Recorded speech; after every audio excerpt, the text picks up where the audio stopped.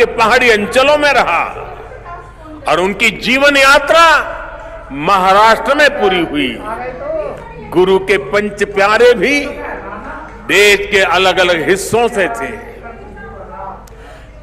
और मुझे तो गर्व है कि पहले पंच प्यारों में एक उस धरती से भी था, द्वारिका से, गुजरात से, जहां मुझे जन्म लेने का सौभाग्य मिला है। व्यक्ति से बड़ा विचार, विचार से बड़ा राष्ट्र, राष्ट्र प्रथम का यह मंत्र गुरु गोविंद सिंह जी का अटल संकल्प था। जब वो बालक थे तो ये प्रश्न आया कि राष्ट्र धर्म की रक्षा के लिए बड़ी बलिदान की जरूरत है।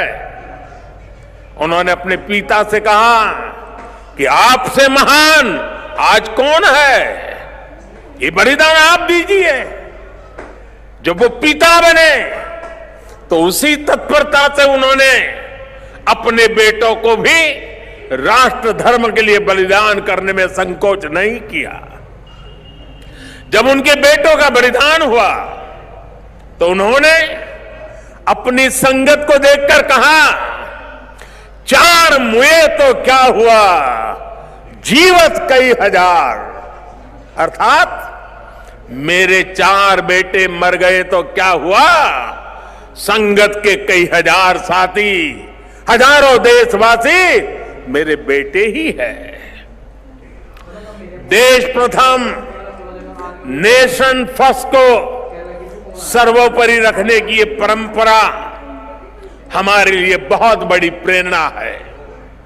इस परंपरा को सशक्त करने की जिम्मेदारी आज हमारे कंधों पर है।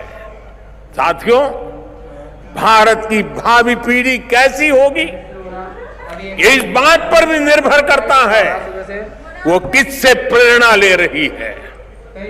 भारत की भावी पीढ़ी के लिए प्रेरणा का हर स्रोत इसी धरती पर है। कहा जाता है कि हमारे देश भारत का नाम जिस बालक भारत के नाम पर पड़ा वो सिंहों और दानवों तक संहार करके थकते नहीं थे।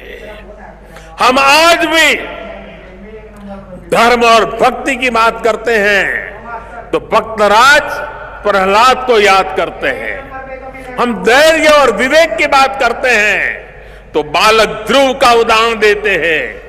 हम मृत्यु के देवता यमराज को भी अपने तप से प्रभावित कर लेने वाले नचिकेता को भी नमन करते हैं। जिस नेत्री नचिकेता ने बाल्यकाल में यमराज को पूछा था, व्हाट इज डेथ, मृत्यु क्या होता है। हम बाल राम के ज्ञान से लेकर उनके शौर्य तक, वशिष्ठ के आश्रम से लेकर विश्वामित्र के आश्रम तक, उनके जीवन में हम पग पग पर आदर्श देखते हैं। प्रभु राम के बेटे लवकुश की कहानी भी हर मां अपने बच्चों को सुनाती है। श्री कृष्ण भी हमें जब याद आते हैं तो सबसे पहले कान्हा की वो छवि याद आती है जिनकी बंशी में प्रेम के स्वर भी है और वो बड़े बड़े राक्षसों का संहार भी करते हैं।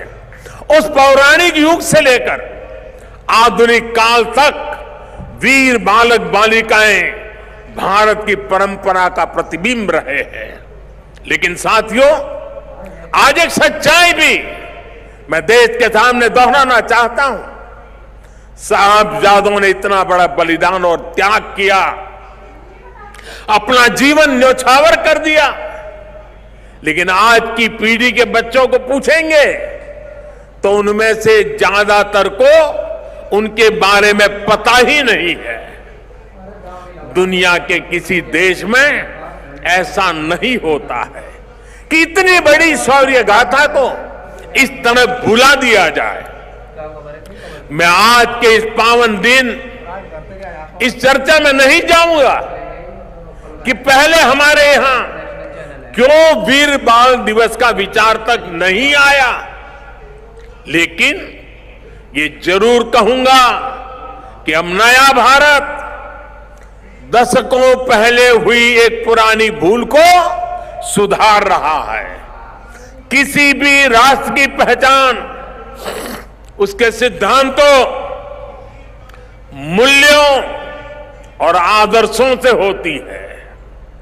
हमने इतिहास में देखा है, जब किसी राष्ट्र के मूल्य बदल जाते हैं तो कुछ ही समय में उसका भविष्य भी बदल जाता है।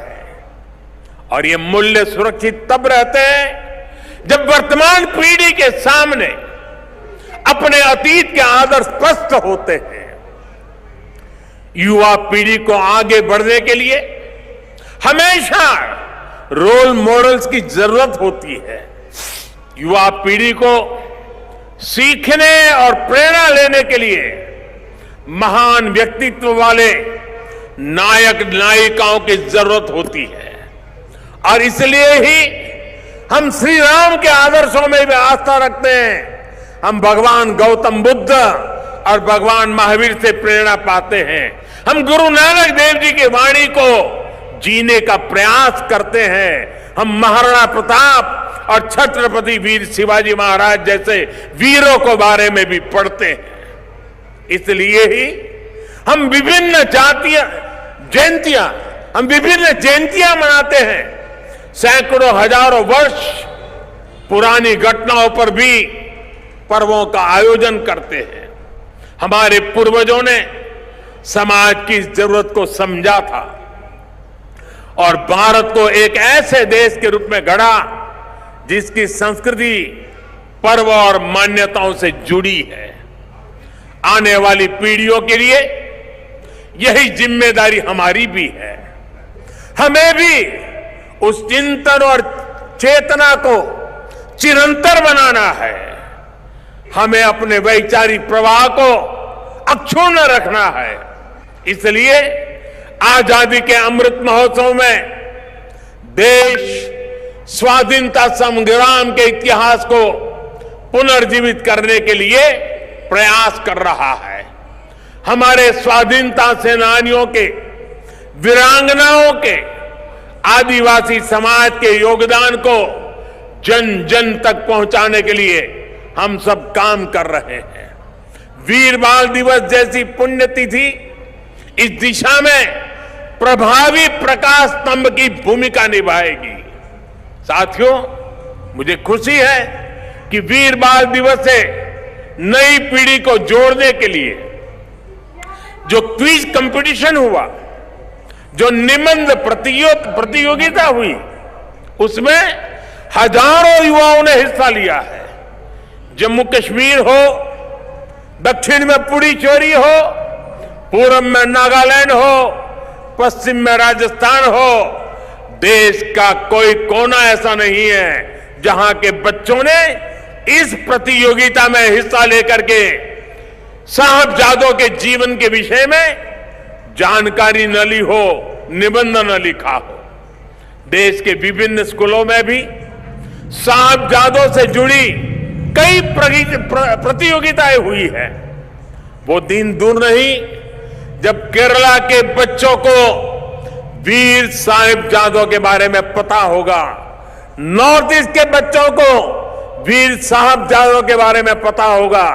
साथियों, हमें साथ मिलकर वीर बाल दिवस के संदेश को देश के कोने कोने तक लेकर जाना है। हमारे साहिबजादों का जीवन, उनका जीवनी संदेश देश के हर बच्चे तक पहुंचे, वो उनसे प्रेरणा लेकर देश के लिए समर्पित नागरिक बने। हमें इसके लिए भी प्रयास करने हैं। मुझे विश्वास है हमारे एकजुट प्रयास